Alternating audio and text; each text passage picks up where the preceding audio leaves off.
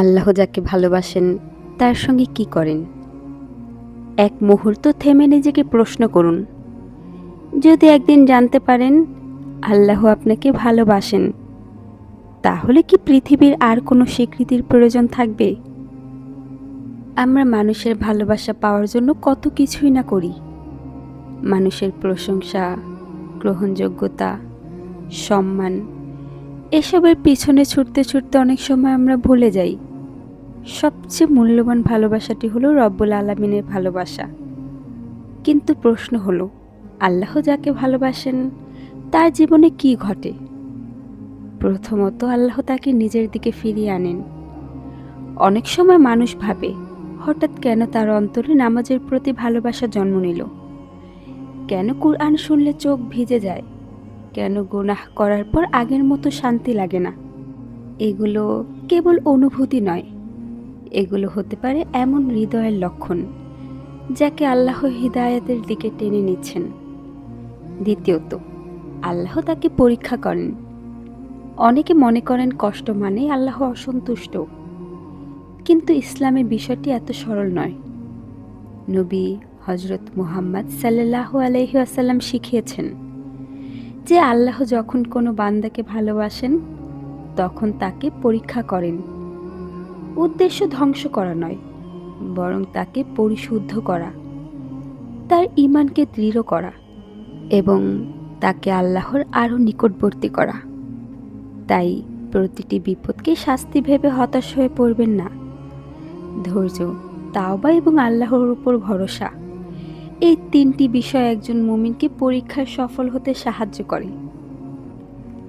তৃতীয়ত, আল্লাহ তার অন্তরে প্রশান্তি দান করেন। হয়তো তার কাছে পৃথিবীর সব কিছু নেই, তবুও তার হৃদয়ে এমন এক প্রশান্তি থাকে যা সম্পদ দিয়ে কেনা যায় না। কারণ সত্যিকারের শান্তি আসে আল্লাহর স্মরণে। চতুর্থ, আল্লাহ তার গুনাহের জন্য অনুতপ্ত হওয়ার তৌফিক দেন।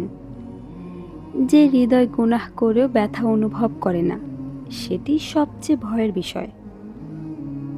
কিন্তু যে মানুষ গুনাহের পর কাঁদে, ক্ষমা চায়, আবার ফিরে আসে, সে কখনো আল্লাহর রহমত থেকে নিরাশ হয় না।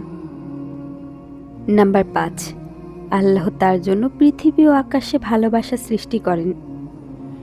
সহিহ হাদিসে এসেছে, যখন আল্লাহ কোনো বান্দাকে ভালোবাসেন তখন তিনি জিবরিল আলাইহিস সালামকে বলেন, আমি অমুককে ভালোবাসি, তুমিও তাকে ভালোবাসো। এরপর আকাশবাসীদের মাঝেও তার জন্য ভালোবাসা সৃষ্টি হয় এবং পৃথিবীতেও তার গ্রহণযোগ্যতা দান করা হয়।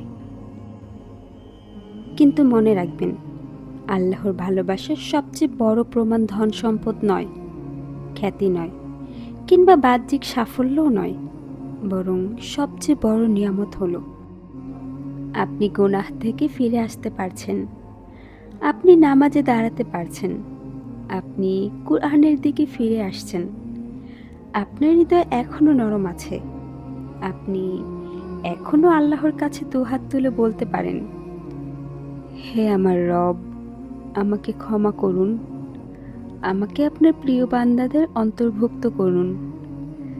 আজ যদি আপনার অন্তরে আল্লাহর দিকে ফিরে আসার ইচ্ছে জাগে, তবে সেই আহ্বানকে অবহেলা করবেন না।